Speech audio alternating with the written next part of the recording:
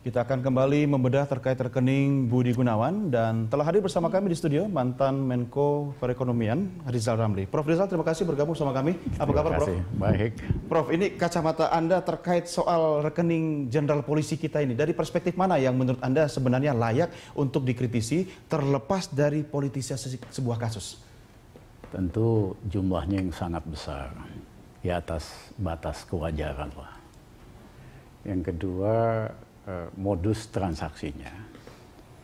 Kalau benar bahwa putra Mas Budi terima kredit 57 miliar, itu anak 19 tahun, itu luar biasa. Iya.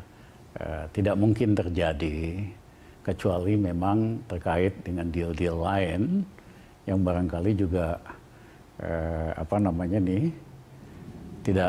tidak sesuai dengan hukum lah. Deal-deal anaknya atau orang tuanya nih, Prof?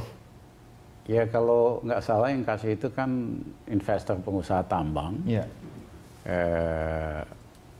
Ya, dan dalam tambang ini kan banyak 40 lipatnya juga ya.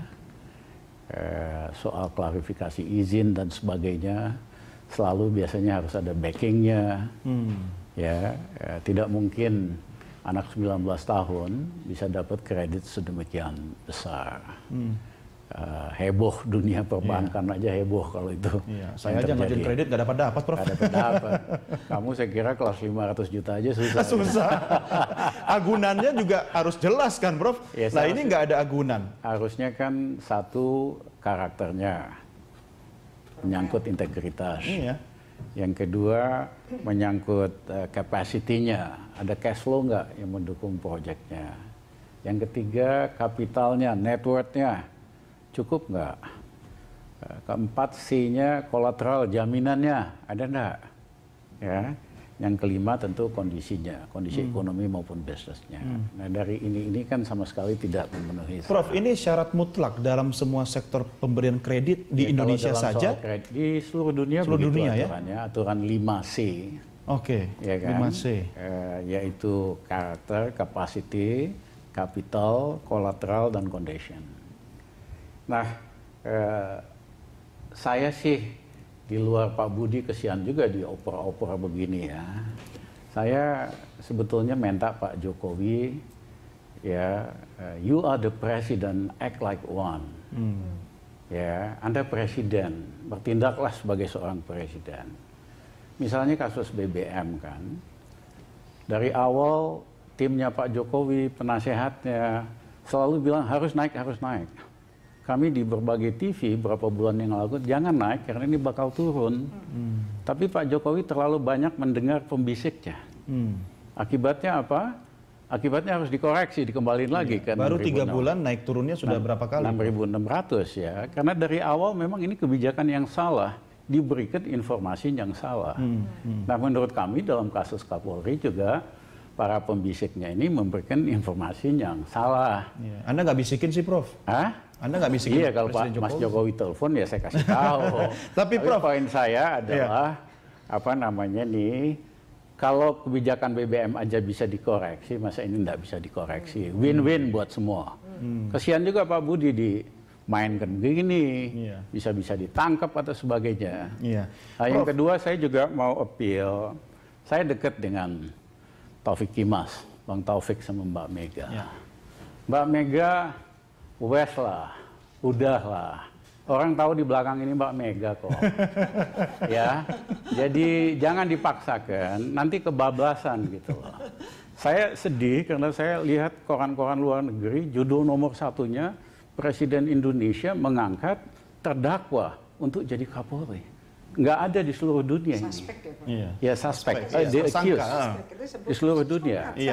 Jadi saya minta Mbak Mega, please deh, ya hari gini jangan maksain lah. Kasih kesempatan, banyak yang muda-muda kok perwira polisinya lebih bagus. Prof, Anda kan sangat dekat dengan Bu Mega, tapi kan yang jadi presiden sekarang memang ya Joko Widodo. Kenapa kalian disebut? Ya harusnya ya seperti beliau juga katakan tadi gitu kan ya. Berani nggak kira-kira kepala negara kita mengambil sikap? Ya itu saya bilang, Mas Jokowi, you are the president, act like one. Ini kan kayak kanguru ya. Kanguru ini yang dekat-dekat lah yang berpengaruh. Mbak Mega, Yusuf Kala, Surya Paloh, lain-lain. Pak Jokowi itu selalu di pouch-nya, selalu di depan. Tetapi yang ngatur-ngatur yang di belakangnya. Nah, menurut hemat saya. Tapi yang ngatur-ngatur ini beol di mana-mana gitu lah. Jadi kalau Pak Jokowi mau jadi presiden yang hebat, loncat dari pouch nyaman itu, berdiri sendiri, ambil sikap. Jangan terlalu percaya pembisik-pembisik yang punya sebenarnya kepentingan. momentum soal penunjukan Kapolri ini penting sekali, Prof. Ya, Prof, ada satu hal yang saya ingin tahu. Kalau dalam dunia perbankan sendiri, kredit tanpa agunan itu saya sering dengar KTA, tapi kan jumlahnya itu di bawah 100 juta gitu kan. Dengan jumlah miliaran, apakah bisa terjadi? Hampir, apalagi di Indonesia ya, hampir di Indonesia itu tidak ada kredit tanpa jaminan. Karena bankir-bankir kita ini konservatif. Dia yang penting ada jaminan dulu justru, dibalik. Bankir-bankir asing mungkin dia masih lihat track record, credibility, cash flow, jaminan itu paling akhir gitu loh. Nah, tidak ada di Indonesia orang kasih kredit tanpa jaminan. Ya, karena bankir sih mikirnya gampang, macet, saya sita jaminannya, saya aman gitu loh. Ya, jadi kembali ke soal tadi, ini banyak yang nggak benar di sini. Daripada main buka-bukaan yang nggak lucu, ya Mas Budi saya juga kenal, lebih bagus mengundurkan diri baik-baik lah. Kita cari solusi yang win-win supaya polisi ini bisa move ke depan.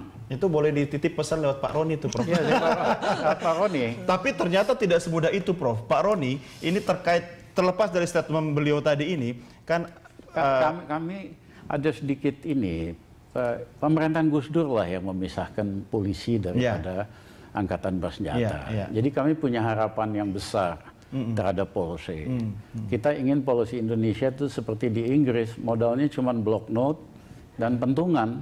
Tapi karena berwibawa, ya integritasnya tinggi, itu rakyat seneng, nyaman dengan polisi. Tapi sebenarnya ada satu hal yang juga membuat gerah beberapa pihak terkait dengan statement pengkhianat di tubuh Polri ini, Pak Roni. Bagaimana ini?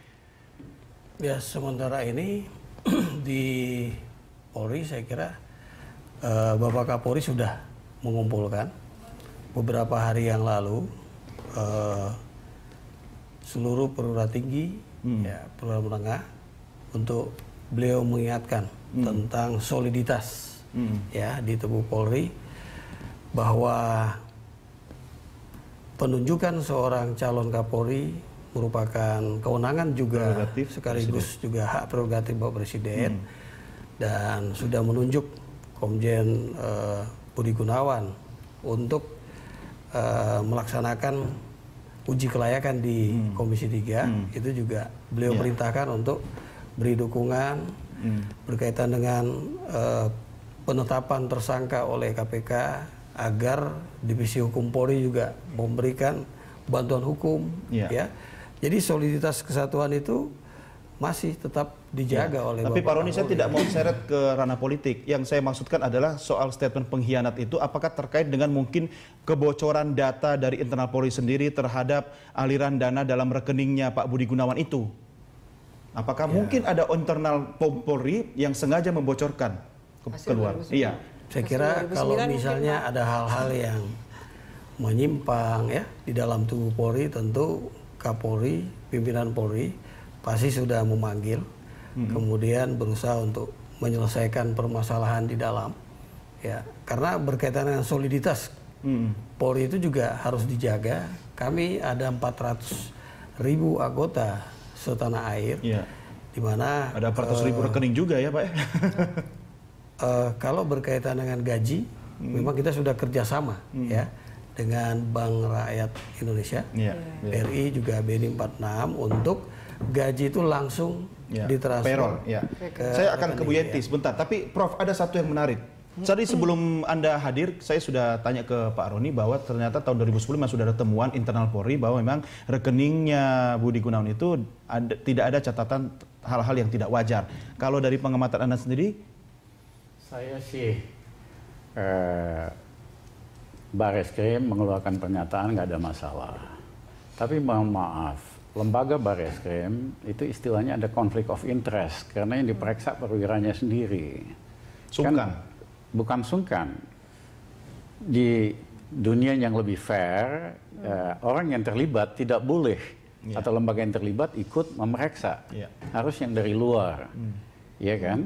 Misalnya lah kalau perusahaan kita mau jual anak perusahaan, padahal go public, nggak bisa kita sendiri menentukan nilainya. Kita mesti panggil appraisal internasional buat mengetahui nilai value-nya berapa. Nah ini sama juga dengan Barreskrim. Kalau Barreskrim menyatakan bahwa ya kan nggak ada masalah, persoalannya banyak jenderal polisi, mantan Kapolri yang rekeningnya luar biasa. Jadi ada konflik of interest. Tapi kan nggak dilarang kaya jenderal polisi, Pak. Nggak dilarang kaya, tentu, ya kan. Tetapi prosesnya dari mana, wajar apa tidak. Menurut Anda wajar nggak, Prof, rekeningnya? Ya kalau ada, saya nggak ngomongin Mas Budi ya, ada mantan Kapolri rekeningnya 100 miliar lebih, yang benar dong. Ya kan, dia nggak pernah bisnis, cuma jadi pejabat Kapolri aja. Nah, jadi soal-soal begini, walaupun barangkali sebagian konfirmasi dari Barreskrim itu ada benarnya, tetapi tidak komplit karena ada informasi yang lain. Tapi yang lebih penting, kalau ada konflik of interest, lembaga yang sama memverifikasi bos-bosnya, ya itu tentu kredibilitasnya tidak sekuat kalau lembaga independen yang melakukan verifikasi. Baik, Prof, Bapak Ibu sekalian, kita break dulu, kita lanjutkan di segmen berikutnya. Pemirsa, kami segera kembali sesaat lagi, tetap bersama.